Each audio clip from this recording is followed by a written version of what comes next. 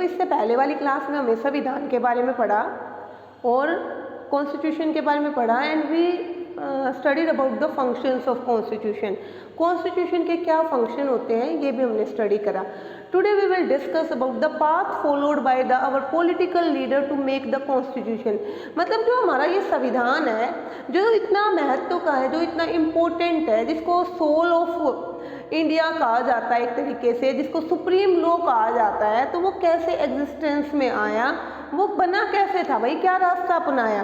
तो सबसे पहले चलो शुरुआत से बताती हूँ मैं आपको। In the beginning near about आपको पता है बेटा, when the Englishers came in our country in 1600 as the East India Company, ठीक है, ब्रिटिश ईस्ट इंडिया कंपनी के नाम से अंग्रेज हमारे देश में आए। दे केम हेयर फॉर ट्रेड, व्यापार करने के लिए आए थे, वो हम पर शासन करने के लिए नहीं आए थे।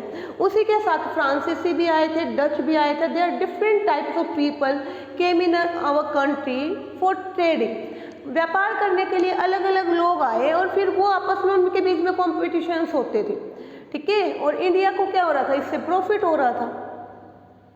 इंडिया क्या था, इंडिया मतलब पूरे एक विश्व मार्केट के रूप में, क्योंकि यहाँ पे बहुत कंज्यूमर थे, सब अपना सामान यहाँ पर बेचना चाहते थे और लाभ कमाना चाहते थे। Everyone want to earn the profit. So Englishers came in our country but they are very clever in nature. They use the policy of divide and rule. उन्होंने एक राजा को दूसरे से लड़ा दिया, उसके पास जाके उसको उससे लड़ा दिया, फिर वो कमजोर की मदद करते थे, ठीक है ना। Always they help the weaker की मदद करके ताकतवर को हिला देते थे, ताकतवर को हरा देते थे, उसके साथ अपनी शक्ति मिला लेते थे वीकर के साथ, ठीक है। अब वो जो वीकर था जिसको उन्होंने जिता दिया, वो क्या बन जाता था, उनकी पपेट बन जाता था, उनके हाथ की कठपुतली कहा जाता था। कहे मैं सिट तो सिट हो जाए, स्टैंड कहे तो स्टैंड हो जाए। तो इस प्रकार वो राजा को भी नहीं हटाते थे, क्योंकि अगर वो राजा को हटाएंगे तो जनता एकदम विरुद्ध हो जाएगी, ठीक है। राजा को तो राजा रहने देते थे, पर राजा क्या था, नाम मात्र का राजा बन जाता था। वो अपना एक रेजिडेंट नियुक्त करते थे। इस प्रकार राजा को अपने कंट्रोल में करके उसकी पावर्स को खुद ले लेते थे। पूरा राजा रेजिडेंट के कहने से चलता था। तो ये तो एक बात हो गई बेटा कि कैसे अंग्रेज हमारे देश में धीरे धीरे व्यापारी बनकर आए और दे बिकम्स अवर रूलर, वो हमारे क्या बन बैठे, शासक बन बैठे। अब at the time of the constitution making, ये बात मैं इसलिए बता रही हूँ कि when our constitution came into existence, जब हमारा संविधान बनना शुरू हुआ ना बेटा, तब क्या था, भारत एक कॉलोनी था ब्रिटिशर्स की। तो कहीं ना कहीं ब्रिटिशर्स का इन्फ्लुएंस होना इसमें एक कॉमन सी बात है, ठीक है। ब्रिटेन के कॉन्स्टिट्यूशन से हमारे कॉन्स्टिट्यूशन में बहुत सारी बातें कॉमन है, पर ब्रिटेन का कॉन्स्टिट्यूशन से पावरफुल हमारा कॉन्स्टिट्यूशन, हाउ, कैसे। उनके जो कॉन्स्टिट्यूशन है बेटा, उसकी इतनी मतलब लोगों में इतनी पकड़ नहीं है जितने हमारे कॉन्स्टिट्यूशन की है। क्या खास बात रही कि हमारा कॉन्स्टिट्यूशन लोगों के दिलों में जगह बना पाया, और एक पीस ऑफ पेपर नहीं बना, इसको लोगों ने तहे दिल से by heart the people accepted it. What is the reason. तो ये सारा देखने के लिए हमें फ्लैशबैक में जाना पड़ेगा। वो स्टोरी देखते हो ना, जैसे टाइटैनिक मूवी देखते हो कि वो जो ओल्ड लेडी है जो टाइटैनिक में से बच गई थी, जो उस फिल्म की हीरोइन थी, वो अपनी पूरी पीछे की कहानी बताती है। तो उसी प्रकार बेटा हमें अभी कॉन्स्टिट्यूशन तो हम यूज़ कर रहे हैं, बट कैसे बना इसके लिए हम फ्लैशबैक में जाएंगे, पीछे जाएंगे, तब हम देखेंगे। हम उसी टाइम पीरियड की सोचो कि 1928 में पहली बार कांग्रेस की मीटिंग में मोतीलाल नेहरू और उसके 7 to 8 जो और लीडर्स थे कांग्रेस के, उन्होंने मिलकर एक ड्राफ्ट पेश किया कॉन्स्टिट्यूशन का। ड्राफ्ट क्या होता है, draft is a rough sketch. Draft क्या होता है बेटा, जैसे कोई प्लान बनेगा ना, उसका पहले रफ आइडिया लगाना कि इसमें ये होगा और ऐसा बनेगा, तो वो रफ स्केच ही आप कह सकते हो कि ड्राफ्ट पेश किया गया। मतलब कहीं ना कहीं in the way you can से कि अवर कॉन्स्टिट्यूशन मेकर्स, ठीक है ना, स्टिल इन देयर माइंड कि how India look after independence. मतलब ये विजन था उसके बाद उनके पास कि भारत जब आज़ाद हो जाएगा तो भारत कैसा दिखेगा, कैसा दिखना चाहिए, उसका कैसा कॉन्स्टिट्यूशन होना चाहिए। तो बेटा ये एकदम से एग्जिस्टेंस में नहीं आया।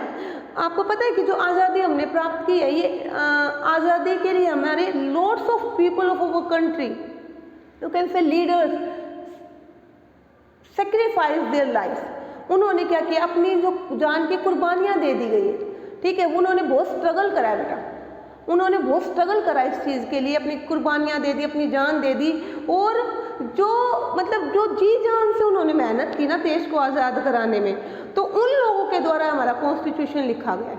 तो ये जो कॉन्स्टिट्यूशन है ये बहुत ख़ास है, इसमें बहुत सारी ख़ास बातें हैं। तो देखते हैं कि ये कैसे एग्जिस्टेंस में आया प्यारे। 1930 में जो कांग्रेस की मीटिंग हुई बेटा, उसमें डिसाइड किया गया कि पूर्ण स्वराज मतलब कंप्लीट इंडिपेंडेंस मांगेंगे। अंग्रेज हमें क्या दे रहे थे, कुछ मतलब जैसे कि हमें बहलाने की कोशिश कर रहे थे कि आपको, उन्होंने 1935 में हमें कॉन्स्टिट्यूशन 1935 में गवर्नमेंट ऑफ इंडिया एक्ट आया था, वो भारतीयों को कुछ सीटों पर इलेक्शन में लड़ने का अधिकार देता था, ठीक है ना। वो यूनिवर्सल अडल्ट फ्रेंचाइज बिल्कुल नहीं देता था, पर कुछ लिमिटेड भारतीयों को, कांग्रेस को क्या करता था, इलेक्शन में खड़े होने का और कुछ प्रोविंशनल लेजिस्लेटिव असेंबली में पार्टिसिपेट करने का अधिकार देता था। तो एक तरीके से मिट्टी गोली दे रहा था वो आप लोगों को, ठीक है ना, कि भाई ये ले लो, और जो सुप्रीम पावर रहेंगे वो ब्रिटिशर्स रहेंगे, इलेक्शन में आप ही लोग आओ, आप ही जीतो, और आप में से ही आपके जो लॉज हैं उनको इम्प्लीमेंट करो, पर सुप्रीम पावर ब्रिटिशर्स की रहेगी। पर बेटा 1930 में जो कांग्रेस की मीटिंग हुई ना, उसमें क्या किया गया, डिसाइड कर लिया गया कि वी नीड कंप्लीट इंडिपेंडेंस, हम पूर्ण स्वराज चाहते हैं। अब जब ये मान लिया गया कि वी नीड कंप्लीट इंडिपेंडेंस, तो 26 जनवरी 1930 से, मेरी बात ध्यान से सुनिए, 26 जनवरी 1930 से आज़ादी से पहले ही every year they celebrated as independence day.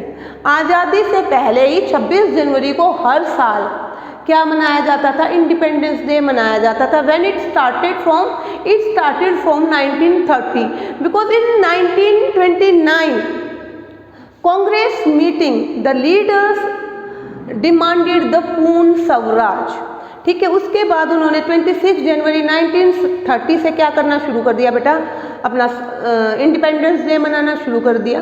तो अभी जब बेटा संविधान बना तो we are the colonies of the Britishers, हम ब्रिटिशर्स की कॉलोनी थे, ठीक है। उसका प्रभाव कहीं ना कहीं तो देखने को मिलेगा। अब कहते हैं कि एक कॉन्स्टिट्यूएंट असेंबली बनाई गई कि जो संविधान को क्या करेगी, जो हमारे कॉन्स्टिट्यूशन को फ्रेम करेगी। अब इसमें कैसे इसकी फॉर्मेशन हो, ये हमारा मेन मोटिव था उस समय। तो जो हमारे उस समय बेटा, एक तो प्रोविंसेस होते थे और एक होते थे प्रिंसली स्टेट। ध्यान से सुनिए, provinces and the princely state. Provinces were ruled by the Britishers directly.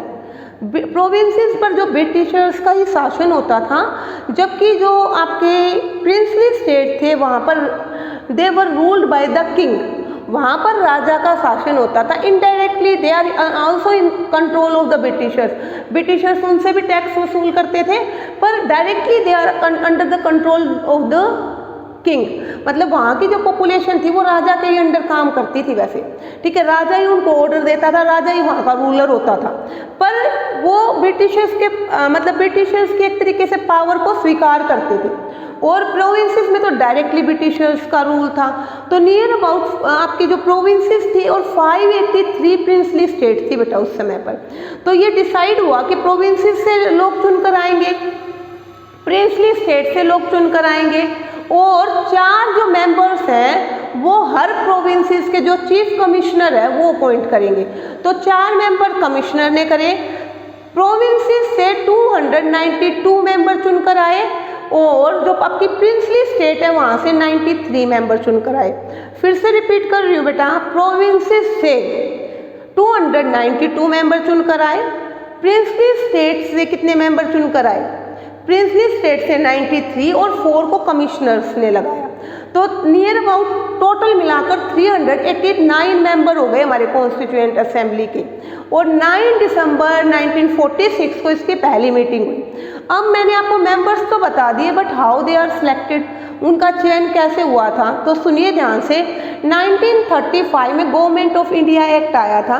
उस एक्ट के अकॉर्डिंग कुछ भारतीयों को चुनाव में खड़े होने का अधिकार था, वो जीते, और स्टेट लेजिस्लेटिव प्रोविंसेस, उस समय प्रोविंसेस होते थे, तो प्रोविंसेस लेजिस्लेटिव असेंबली के जो मेंबर थे उन्होंने प्रोविंसेस के 292 लोगों को चुना, ठीक है। 93 जो आपके प्रिंसली स्टेट से आए उनको कैसे चूज किया जाएगा, ये वहाँ के राजा ने डिसाइड करा। और 4 मेंबर आपके कमिश्नर से ही आए। तो इस प्रकार से आप देख सकते हो कि 389 मेंबर्स आ गए। अभी जो उस समय पर एक कैबिनेट मिशन प्लान आया था 1946 में, तो ये कैबिनेट जो मिशन प्लान है उसी के अकॉर्डिंग वो मतलब बेस रहा हमारे कॉन्स्टिट्यूशन मेकिंग का। कॉन्स्टिट्यूशन मेकिंग का जो प्लान था वो कैबिनेट मिशन के आधार पर बनाया गया, तो वो उसके अंडर काम कर रहे थे। और लीडर्स को जो कॉन्स्टिट्यूशन असेंबली के जो मेंबर्स थे उनको प्रोविंसेस लेजिस्लेटिव असेंबली के लीडर्स ने चुना। इज दैट क्लियर कि वो जो कैबिनेट मिशन प्लान के अंडर काम किया। तो यहाँ पे देखो मैंने लिखा है constitution was framed under the plan cabinet mission. Cabinet mission plan के अंडर काम करा और members were elected from provinces और princely state. Provinces who are under the control of the Englishers and princely state are the areas which are under the control of the ruler और you can say king. अब कहता है कि ratio of selection of candidate on the basis of population करा गया। 10 लाख की population पर एक कैंडिडेट को सिलेक्ट करा गया। इस प्रकार यहाँ से तो आपके बेटा 292 मेंबर आए, यहाँ से 93 आए, 4 को कमिश्नर ने सिलेक्ट करा, नियर अबाउट 389 मेंबर्स थे, ठीक है। और दिसंबर 1946 को इसकी फर्स्ट मीटिंग हुई। जब इलेक्शन हुए तो सोसाइटी को 3 भागों में बांटा गया, एक आपका मुस्लिम्स, एक Sikhs and the third is gender. और सभी को मतलब इक्वल प्रोपोर्शन में मतलब उनकी पॉपुलेशन के प्रोपोर्शन में उनके कैंडिडेट्स को रखा गया। 28 कैंडिडेट शेड्यूल कास्ट के थे बेटा उस समय, जब हमारा संविधान के जो कॉन्स्टिट्यूशन असेंबली के 389 मेंबर्स में से। उसके साथ ज़्यादातर 82% जो मेंबर्स थे वो कांग्रेस के ही थे। But Congress was the mixtures of differences at the time. Congress was itself show complete country. It is full of diversity. तो सभी ग्रुप से लोग आए आप कह सकते हो। बेशक 82% मेंबर्स कांग्रेस थे, पर कांग्रेस में उस समय अमीर भी थे, गरीब भी थे, हिंदू भी थे, मुस्लिम भी थे, सिख भी थे, ठीक है ना। तो कांग्रेस खुद ही अपने आप में क्या थी, विविधताओं से, डिफरेंसेस से भरी पड़ी थी। तो बहुत सारे मतलब जो लोग आए, जो लीडर्स आए, वो अलग अलग उससे आए। सबसे बड़ी बात जो हमारे कॉन्स्टिट्यूशन की है, इतनी इजीली एक्सेप्ट करा लोगों ने कि इसको जो बनाने वाले थे ना, दे हैव मतलब यू कैन से great value in the mind of the people. वो उन्होंने देश के लिए बहुत कुछ करा, उन्होंने अपना सर्वस्व आप कह सकते हो देश के लिए सेक्रीफाइस करा, देश के लिए कुर्बान करा। तो इसलिए लोगों के दिल में उनकी बड़ी जगह थी। तो उनको उनके द्वारा जो कॉन्स्टिट्यूशन बनाया गया ना, लोगों ने उसे बाय हार्ट एक्सेप्ट करा। तो अब क्या कहता है बेटा, हम देखते हैं कि क्या सर्कमस्टांसिस थे। 389 मेंबर आ गए।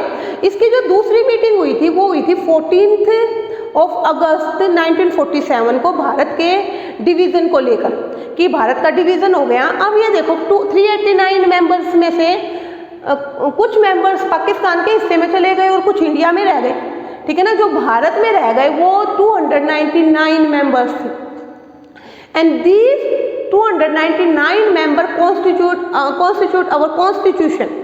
ये हमारी कॉन्स्टिट्यूशन असेंबली के मेंबर थे 299 and they constitute our constitution which came into existence on 26 November 1949 को इसको क्या कर लिया गया, अडोप्ट कर लिया गया। इस पूरे प्रोसेस में बेटा 2 years 8 months और 18 days लगे। उनकी रेगुलर मीटिंग होती थी, रेगुलर मीटिंग का मतलब टोटल मिलाकर 166 मीटिंग्स हुई। और जो आपकी हर मीटिंग की रिकॉर्डिंग है, हर मीटिंग में जो एक एक वर्ड है वो रिटर्न में है। अगर जब इनको इकट्ठा किया गया तो ये पूरी बुक बन गई, 8 बुक्स बन गई। इनको क्या कहा गया, डॉक्ट्राइन्स ऑफ कॉन्स्टिट्यूशन। हमारे जो कॉन्स्टिट्यूशन को सुप्रीम लॉ कहा जाता है, जो भी कॉन्स्टिट्यूशन में जो हमारा कॉन्स्टिट्यूशन जस्टिस और इक्वालिटी पर बेस्ड है टोटली। हमारे जो कॉन्स्टिट्यूशन में है जो सारी बातें हैं बेटा, अगर हमारा जो आप कह सकते हो जुडिशरी सिस्टम भी कई बार किसी टॉपिक पे फंस जाता है ना कि भाई व्हाट शुड आई डू, कि अब मैं क्या करूँ ऐसी सिचुएशन में, तो वो कॉन्स्टिट्यूशन की तरफ जाएगा। और ये मैंने जैसे बताया कि डॉक्ट्राइन ऑफ कॉन्स्टिट्यूशन है, हर एक बात रिकॉर्डेड है कि किसी विषय पर क्या बहस हुई, क्या डिस्कशन हुआ, क्या डिसीजन लिए गए और डिसीजन किस बिहाफ पर लिए गए, कि सब कुछ उसमें कंप्लीट है। तो उसका रेफरेंस लेकर हमारी जुडिशरी सिस्टम क्या करता है, डिसीजन करता है। इसीलिए कॉन्स्टिट्यूशन को सुप्रीम लॉ कहा जाता है कि सबसे ऊपर तो हमारा संविधान। आई बात समझ में। तो इस प्रकार बेटा जो हमारा संविधान है, our constitution were made by the our constituent assembly, and constitution assembly is the mixture of 299 members, ठीक है ना, and the members of the constitution assembly sacrifice their lives, their time, their devotion to the whole country. So they have a the country have deep faith in the constitution maker. तो आप कह सकते हो कि देश के लोगों का उनमें बड़ा विश्वास था, इसीलिए हमारे कॉन्स्टिट्यूशन को बड़ा पसंद किया गया। अब ये देखते हैं कि क्या कंडीशन रही उस टाइम पे। Partition of colony on religious basis, हम अंग्रेजों के गुलाम ही थे बेटा, कॉलोनी ही थे जब हम कॉन्स्टिट्यूशन बना रहे थे, स्टार्टिंग में जब हमारी असेंबली बनी। फिर अंग्रेजों ने हमें कहा भी आज़ाद हो जाओ, 15 अगस्त 1947 को हमें आज़ाद कर गए, पर ऐसी स्थिति में डाल गए शायद ही किसी देश का संविधान, शायद ही किसी देश का कॉन्स्टिट्यूशन इतनी टफ कंडीशंस में लिखा गया। क्या कंडीशन से पार्टीशन हो गया, कुछ एरिया को उन्होंने, जहाँ पर हिंदू ज़्यादा थे उसको भारत बोल दिया, और जहाँ पर मुस्लिम ज़्यादा थे उसको उन्होंने पाकिस्तान बोल दिया, ठीक है। तो अब पाकिस्तान के इलाके में बहुत सारे हिंदू थे बेटा, और इंडिया जो भारत के एरिया में बहुत सारे मुस्लिम्स थे। अब उनमें झगड़े शुरू हो गए, लोगों ने उनको मारना शुरू कर दिया, तुम यहाँ से निकलो भाई ये इंडिया है। उनको हिंदुओं को पाकिस्तान में मारा गया कि तुम यहाँ से निकलो ये पाकिस्तान है। क्लियर लोगों को भी नहीं पता कि वो हिंदुस्तान में है या पाकिस्तान में। और आपने एक मूवी देखी होगी गदर, ठीक है ना, वो कहीं ना कहीं इस सिचुएशन पर ही बेस्ड है। उसमें देखो पूरी ट्रेन है, उसमें सबको मार दिया गया। तो इतनी मारकाट, इतनी वॉयलेंस हुई उस टाइम पे। बुक का डाटा बताता है बेटा 10 to 20 lakh peoples were killed at the time. मतलब ऐसे कहते हैं कि इट वॉज, यू कैन से कि अनबियरेबल सिचुएशन। ऐसी सिचुएशन में अंग्रेजों ने हमें आज़ाद करा कि कोई सोच भी नहीं सकता।